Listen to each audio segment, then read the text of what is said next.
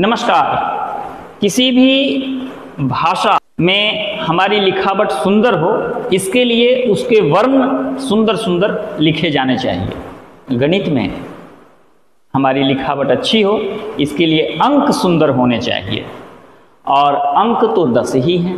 सबसे कम परिश्रम गणित के लिखावट में सुधार के लिए करना पड़ता है।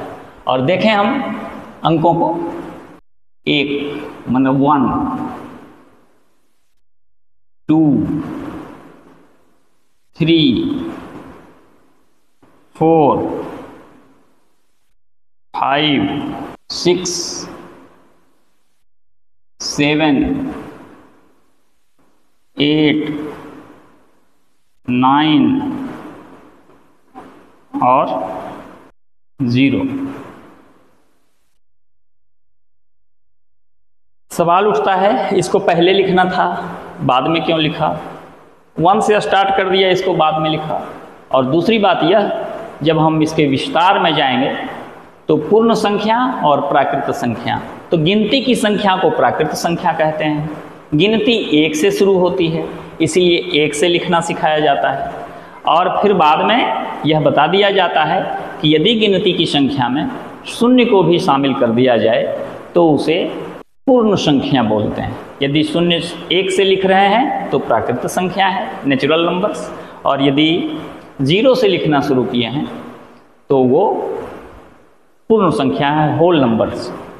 10 अंक को सुधार कर हम सुंदर लिखावट लिख सकते हैं। किसी को यदि हम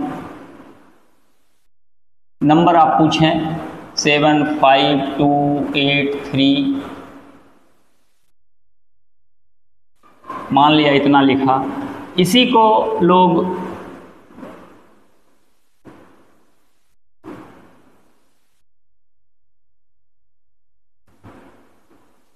कुछ इस तरह से लिख देते हैं। लिखा जाता है इसलिए कि दूसरा पढ़ पावे, बोला जाता है इसलिए कि दूसरा सुन पावे। यदि हमारी आवाज़ अभी कम होगी, मुझे मालूम नहीं कितनी आवाज़ होगी, तो यदि आवाज़ कम होगी तो लोग वीडियो स्किप करके आगे चले जाएंगे कि आवाज़ नहीं आ रही है। अधिक आवाज़ होगी तब भी स्किप कर देंगे, बहुत ज़ोर ज़ोर से बोलता है। इसी तरह लिखावट बहुत खराब होगी तब लोग एनवायड हो जाएंगे, बहुत अच्छी होगी तो एनवायड नहीं होंगे।